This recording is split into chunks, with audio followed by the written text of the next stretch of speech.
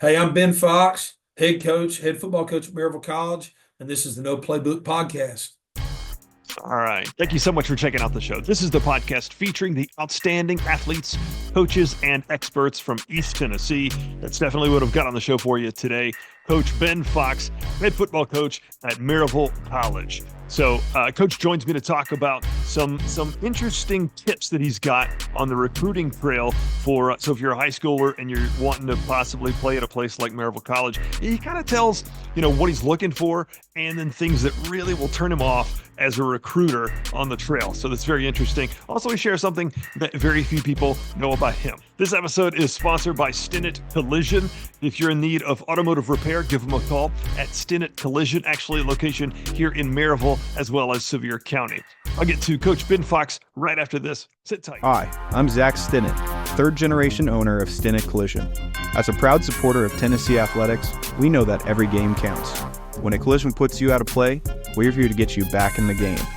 Family owned since 1965, Stinnett Collision now has locations in Maryville and Sevierville. With double the space and a team of certified technicians, we'll tackle your repairs and get you back on the road in no time. Don't let a collision sideline you. Visit Stinnett Collision today. Thank you for joining me, Coach, as we're kind of easing into springtime. We got a nice day today. I kind of wanted to hear just what is like the spring schedule for you guys. Yeah, it's funny. We're actually on the back end of spring practice. We have one more day tomorrow morning. For us, we found our guys like to go a little bit early. We go in the mornings. The month of February, we get it finished before spring break, and it's really been a real benefit for our guys in the classroom. It's helped alleviate some stressors on them. Once they come back from spring break, they can really focus, and it gives them a longer training block with lifting weights. And we had a lot of success with it last year. Our guys had the best grades that they've had in a long time. They looked great when they were leaving for the semester, and they were in really good shape. And I thought that they really took to it, and our guys like working out in the mornings, and so we just kind of do it, and makes us be efficient with our time as coaches, and they've done awesome. They've done awesome. I just thought about this question when you talk about them in the classroom. Uh, Athletes at a school like Maryville College, do they have a common like goal? Guys that just love football, they hmm eat, sleep, and breathe football. Do they like want to be a coach or work in athletics in the future? Most of them. I would say probably about half of them. About half of them. I tell everybody, here's what's great about Maryville College is typically college football players want to do one of five things, right? They just love football, and they're just eat up with football, and they're eat up with it, and football's meant so much to them, and athletics has meant so much to them, and they want to give back.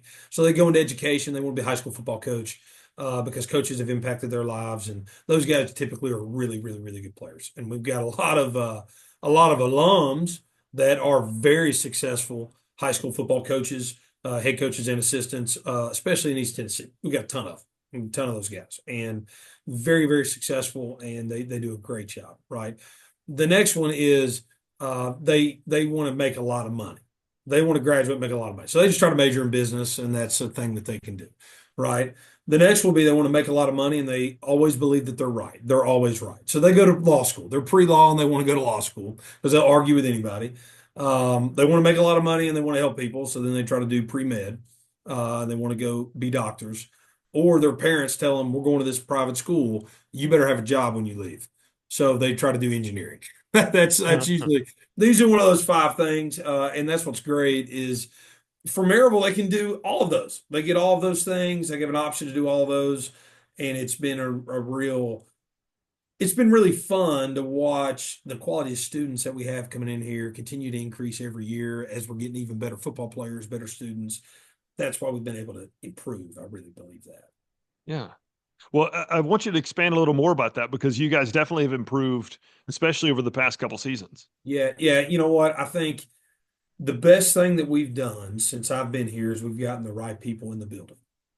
We are, as coaches, very honest with the recruits and their parents in the recruiting process about what the expectations are going to be at Maryland. We don't hide from it. We don't sugarcoat it. If anything, I try to scare them away from coming and make sure that they really want to be here and they really want an authentic college football experience. By doing that and having coaches that are the right kinds of people, we can deliver on what our vision is for the program of making playing football one of the most incredible experiences of our players' lives as we try to help them pursue Christ, pursue a degree, pursue the conference championship, pursue the national championship. They got to want all that. And it's going to be hard, it's going to be challenging.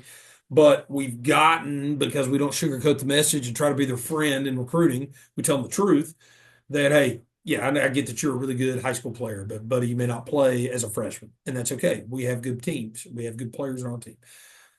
That we manage their expectations, and then the guys are staying. Our retention rate's been pretty good, and we've played with a lot of older teams. I think that that's helped us. It's like anything else. You see it in March Madness in the basketball tournaments all the time, right? Is like the older, those like, smaller schools, mid-majors that have like 4 seniors and a junior, they win 2 games because those kids are older. They've played in a lot of intense basketball games. Same thing. We've had over 50 juniors and seniors each of the last 2 years. Those guys have played a lot of football. It's a lot of snaps that they've played. So they are seasoned. They're hardened. They're not intimidated. They know when it's time to make the plays, and they have had a good run of making them. Yeah. Is that ever jarring for those kids? Because all of them, I'd imagine, are killing it in high school when they kind of hear, that truth Yeah, I tell. think, I had somebody tell me this when I was getting recruited, and it was so true. And I've said this to about every kid that I've recruited and every group of parents that I've talked to. If somebody's recruiting you and they're telling you you're going to get a chance to play as a freshman, one of 2 things has happened. One, they're lying, or 2, their team is bad, Mhm. period. Like they're just not very good, or they're liars. And we're not going to lie to them. And we've won 17 games the last 2 years. I think it would be pretty disrespectful to the players on our team for them to always, if everybody we were recruiting, we were telling them, oh, you're going to get a chance to play next year. I would ask as a recruit and as a parent, well, what about the guys you've been recruiting for the last 4 years? Like, are they not very good? Are they not getting better? Are they leaving? Are you not doing your job? Like, what's happening? That would be my question. That's kind of how we can flip. Because, look, every kid, the other thing I equate them to is like, I always ask them, like, they all see themselves as Superman. They're 18, 17, 18 years old, and I'm Superman. I've been a 2-year starter, and I've been this and that. Look, that's great. That's awesome. But I ask them to remember when they were 14 and they were in the ninth grade, and they did not want to go on the field. Look out there and you saw those adults, and I don't put me out there on this field. It's the exact same thing. It's going to have the exact same things going to happen when they go to college. They're going to look out there, and they're going to be 22-year-old men, 23-year-old men out there, and please don't put me on this field. Like they're not ready for what that intensity is. Is there anything on the recruiting trail that like really can either turn you off of a player or really excite you about them?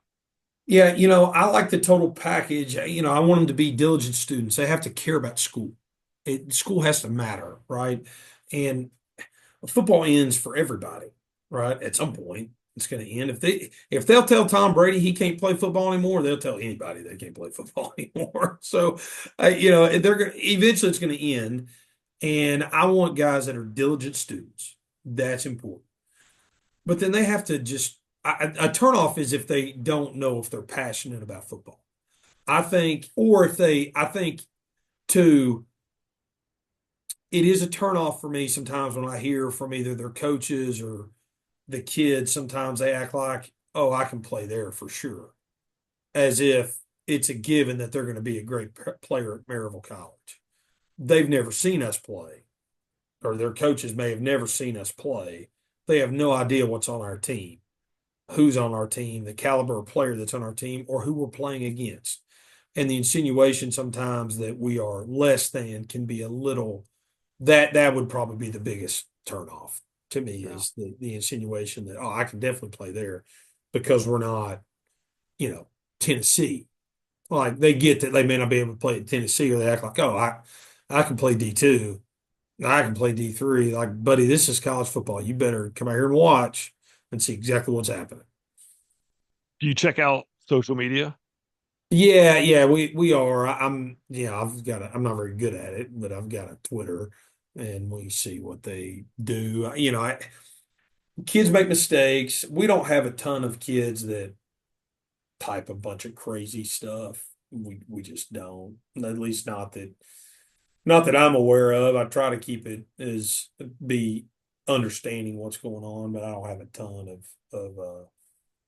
ton of guys doing crazy stuff. I'm not very good at it, honestly, but we try to track what they're doing. I mean, some kids posting like crazy stuff. They're like, hey, he ain't be the right kind of fit. And again, it's back to getting the right people in the building.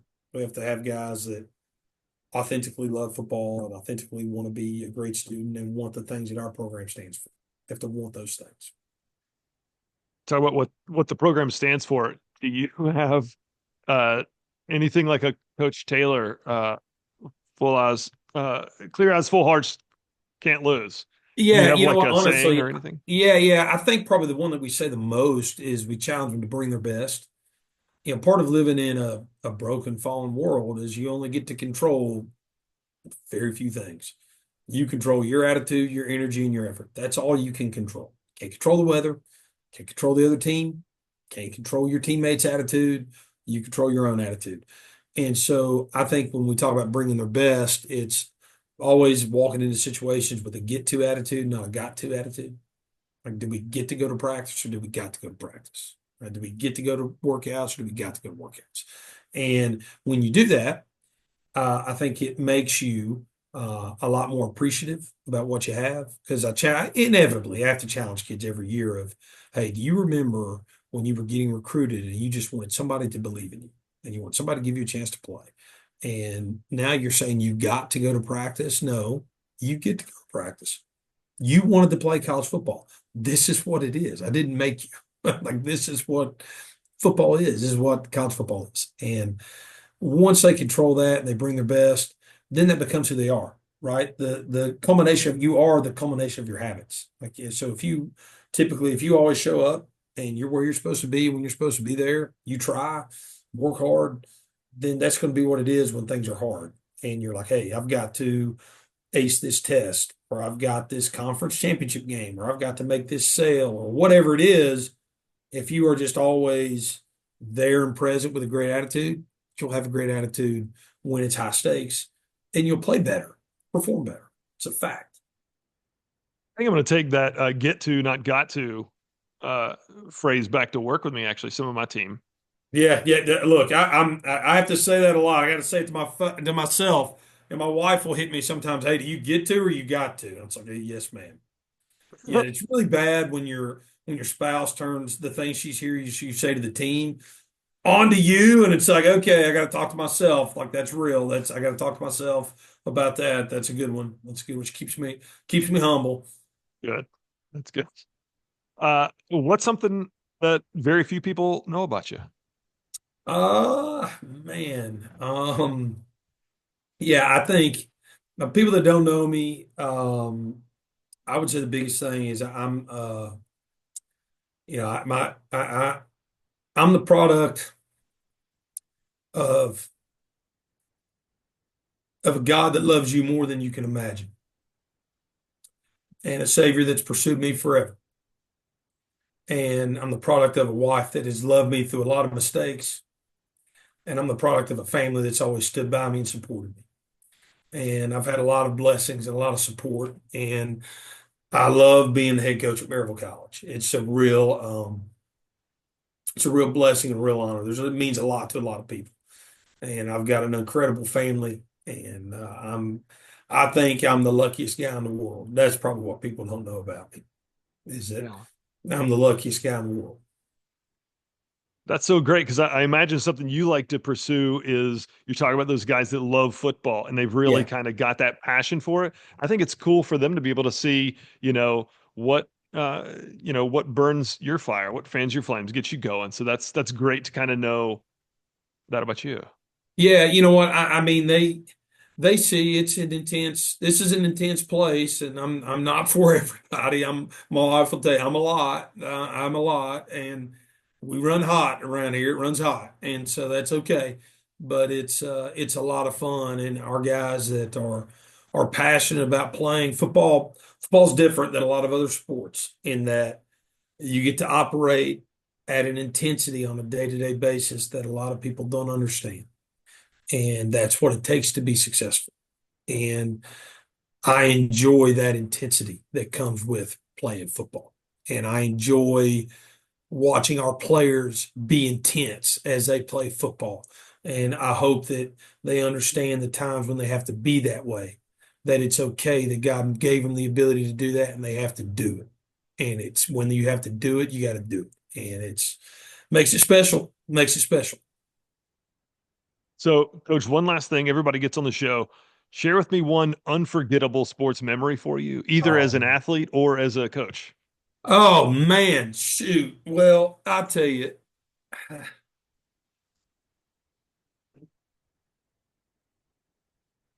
you know, what I was an excessively average football player. Okay, I played high school. I played small college. I tell all the kids all the time, I wouldn't recruit me. No, I would not recruit me. I want guys that could win the national championship. That wasn't me. When I'm thinking about like probably the best, most fun we've had um, here at Maryville for sure, I would say I would say the first time 3 years ago now when we won at Belhaven. We were 4-5 and we were going into our last game of the year. We were coming off a bye.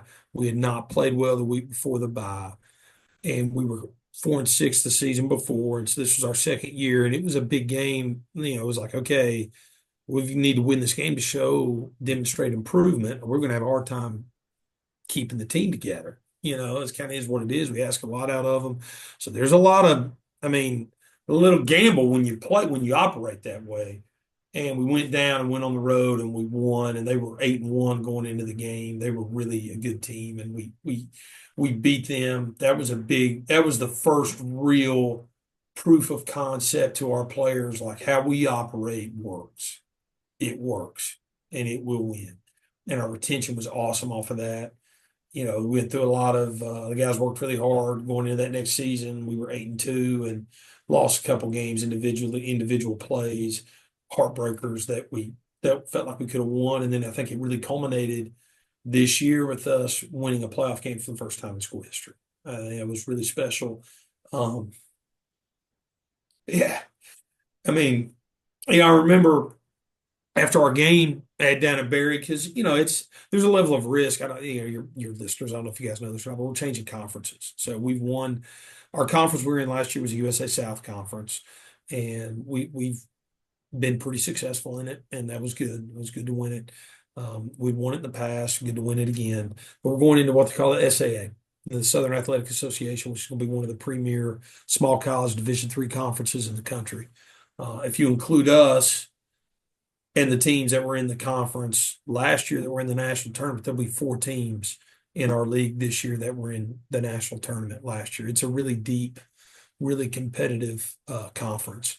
And the team that won that league was Barry. That's who we beat in the first round of the playoffs. And I think there's a lot of people were nervous about like, hey, can we actually be competitive within this conference? And I kept telling our people like, yeah, we're going to be fine. It's not going to be easy. We're going to be fine.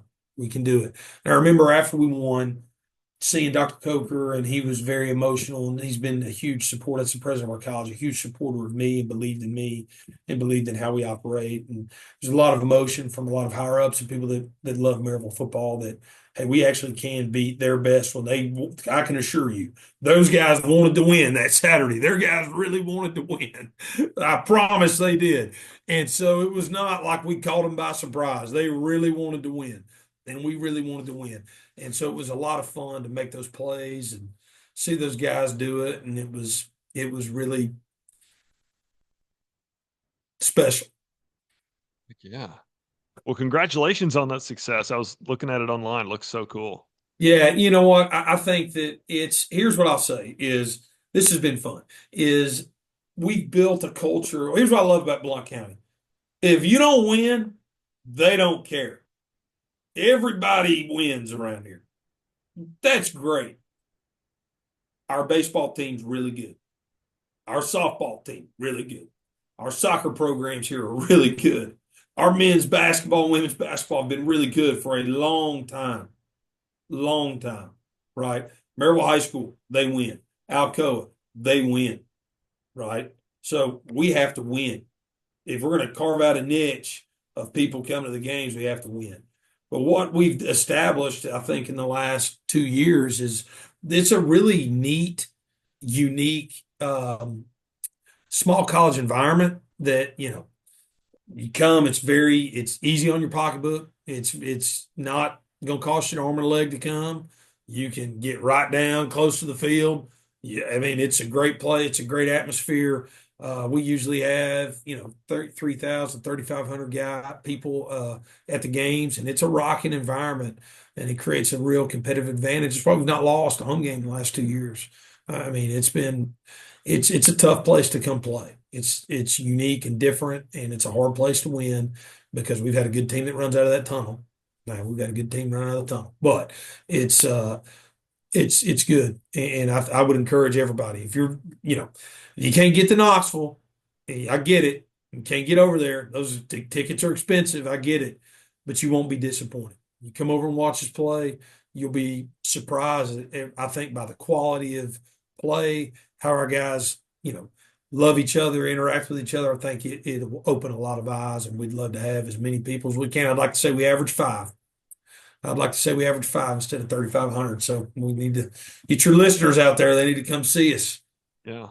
And also, I think it should be said that the setting too, especially in the fall, back there on the campus, it really is beautiful at the field. It really, when the leaves are changing, you hit about 2 weeks there in October, that it's like what you dream of when you think of small college football. It's idyllic. It's perfect. It's absolutely perfect. The setting. We are one of the few teams that still has a natural grass field. It's painted, they decorate it, paint it beautifully. It's Bermuda overseeded with rye. Alan Hale, our head groundskeeper, is a rock star. It's perfect. I mean, everybody that comes there is like, this is amazing. And when you got that with the leaves changing and those pine trees on Court Street, I mean, it's different. It's really cool. It's really cool. That's so great, man. I really appreciate your time. That was all very interesting. Best of luck this season, man. Well, I appreciate it, man. Y'all are welcome anytime. I know. I think I appreciate you having us on. I mean that, and I love being head coach here, and I love talking about our place. I love bragging on our coaches and our players because they're awesome. So I appreciate you. They win in spite of me a lot. I'll tell you, they win in spite of the boss. They do. We got the right people in the buildings. I'm the only one I question whether or not I belong here or not.